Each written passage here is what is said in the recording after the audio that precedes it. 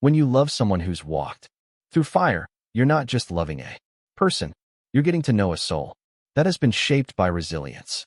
They carry a quiet strength, a deep sense of empathy, and a level of understanding that can make you feel like you've finally found your person. But their journey has also created a unique way of navigating the world. One that doesn't always come with a guidebook. If you've ever felt confused by their need for distance or wondered why certain things affect them more deeply, you're in the right place.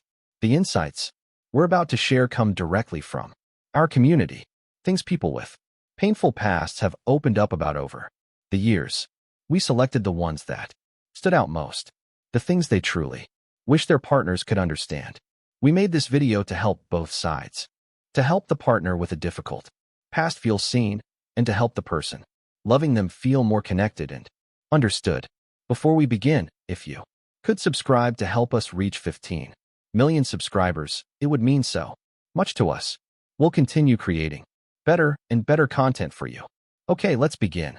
Whether you're the partner of a survivor or someone trying to help your partner understand your inner world, this is your guide. Here are the unspoken rules of loving someone who developed incredible yet complex traits from their past. Rule number 1, their need for solitude is not a rejection of you. After living through chaos, peace becomes sacred. When your partner pulls away to be alone, it's easy to feel like you're being pushed out. But most of the time, this isn't about you.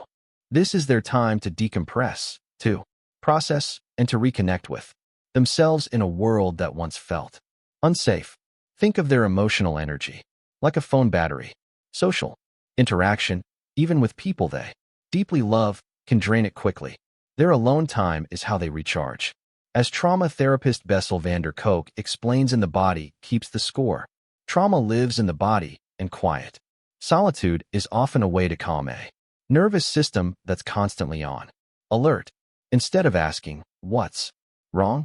try saying, "Take all the time you need. I'll be here when you're ready." That simple act of trust shows them that you understand their need for space isn't a reflection of their love for you. It's a form of self-preservation. Rule number 2, learn how to speak the language of their empathy. They have a radar for pain. They'll notice the small crack in your voice, the slight change in your expression, the tension in your posture.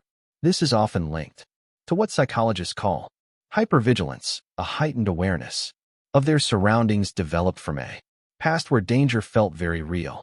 Think about Tanjiro Kamado from Demon Slayer.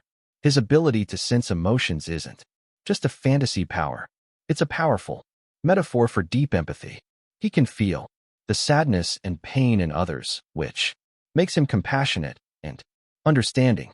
Your partner may have a similar kind of emotional radar. They might ask, "Are you okay?"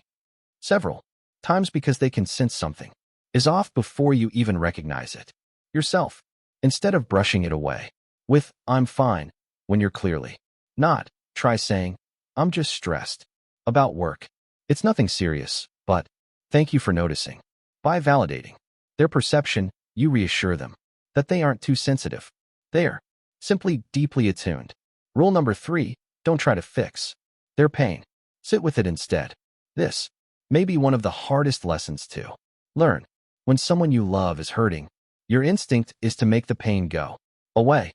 But for someone who's survived hardship, their pain is part of their story. They don't need a rescuer. They need a safe place to land. Remember that quiet moment in the Netflix series The Queen's Gambit. After Beth Harmon wins a major tournament, she's alone in her room, shaking instead of celebrating. Benny doesn't rush in trying to fix her or force positivity onto her. He simply sits beside her in silence. He becomes a witness to her pain instead of trying to erase it. That's often what your partner needs most. When they share a painful memory, resist the urge to jump straight into solutions. Instead, try saying, "That sounds incredibly hard. I'm really sorry you went through that." Your presence can heal more than your advice ever could. Rule number 4, understand that their trust is a delicate and precious gift. A guarded heart isn't a closed heart. It's a heart that learned to be careful. Past betrayal and instability taught them that trust isn't automatic. It's earned slowly, layer by layer. This connects deeply with attachment theory. Early experiences of pain can create avoidant or anxious attachment styles, making trust feel risky and vulnerable. You may notice they're slow to open up or quick to retreat emotionally. Don't take it personally. This is their mind, trying to protect them from getting hurt. Again, the key here is consistency. Be reliable. Be emotionally steady. Be who you say you are over and over again. For them, trust isn't built through grand romantic gestures. It's built in small moments, remembering what matters to them, showing up when you promised, keeping your word, and when they finally let you into their inner world, understand that you're being trusted with one of the most fragile and valuable parts of them. Rule number 5, celebrate their hyper-independence, but gently offer support. They can handle almost everything on their own, and they probably will because they've had to. That independence became a shield built from survival. It's the voice inside them saying, I survived alone before. I can survive alone again. But over time, that shield can also become a prison. They may reject help even when they're exhausted. I once heard a counselor talk about a single mother who balanced a full-time job, parenting, and an entire household without asking anyone for help. When her boyfriend offered to pick up groceries, she declined again and again. Not because she didn't appreciate him, but because relying on someone felt uncomfortable. Eventually, he said, I know you don't need my help, but it would make me happy to do something for you. Let me help because I care. And that was the moment she finally let him in. Try reframing your support as partnership instead of rescue. Instead of saying, you look like you need help, try saying, we're a team.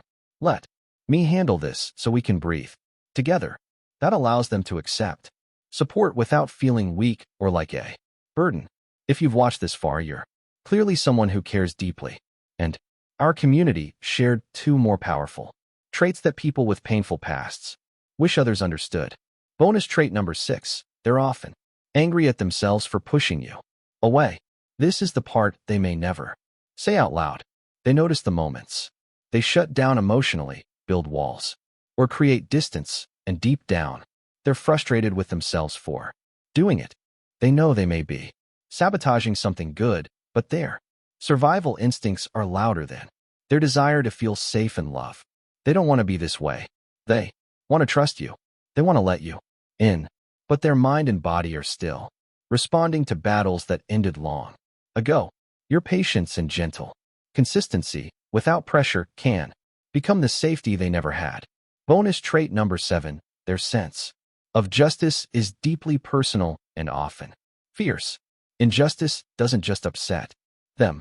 It hits something deep inside. When they see someone being mistreated, ignored, or taken advantage of, they feel echoes of their own helplessness. That's why many people with painful pasts become strong protectors of others. They're often the first to defend the underdog or speak up for someone who's hurting. In many ways, it's their way of becoming the person they once needed themselves. Support that part of them. Understand that their desire for fairness and protection is closely tied to their own healing. Loving someone who has known deep pain isn't always easy, but it can be one of the most meaningful journeys you'll ever experience. You're not just loving a person, you're honoring everything they survived. You're witnessing the beauty that can grow after destruction. But while you're learning how to be a safe and understanding partner, don't forget this important truth. You matter, too. It's important not to lose yourself trying to save someone else. A healthy relationship still requires 2 people who both care for their own emotional well-being. Know your limits. Make space for your own needs too. Loving someone through their healing journey should never mean abandoning your own. It takes patience, compassion, and a willingness to learn a different language of love. But in return, you get a partner who values the little moments, who fights for others with their whole heart, and who loves with a depth that only comes from knowing what it feels like to lose everything. What's one lesson you've learned from loving someone with a resilient past?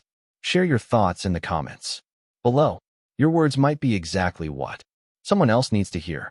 And if you're looking for more guidance, On how to communicate these needs in a relationship, we have another video made just for you. Be sure to check it out. If this video helped you in any way, we would truly appreciate you subscribing or sharing it with someone who may need it. Sometimes a single video can make someone feels less alone.